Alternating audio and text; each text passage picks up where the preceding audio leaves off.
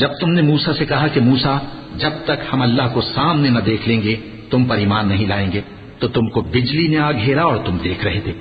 फिर मौत आ जाने के बाद हमने तुमको अस्सर नौ जिंदा कर दिया ताकि एहसान मानो,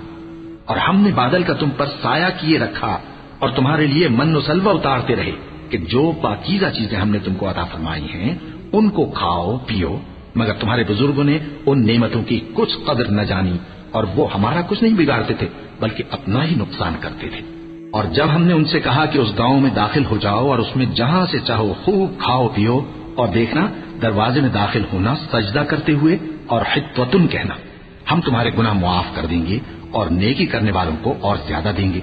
तो जो जालिम थे उन्होंने उस लफ्ज को जिसका उनको हुक्म दिया था बदलकर उसकी जगह और लफ्ज कहना शुरू किया। बस हमने उन जालिमों पर आसमान से अजाब नाजिल किया क्योंकि नाफरमानियां किए जाते थे।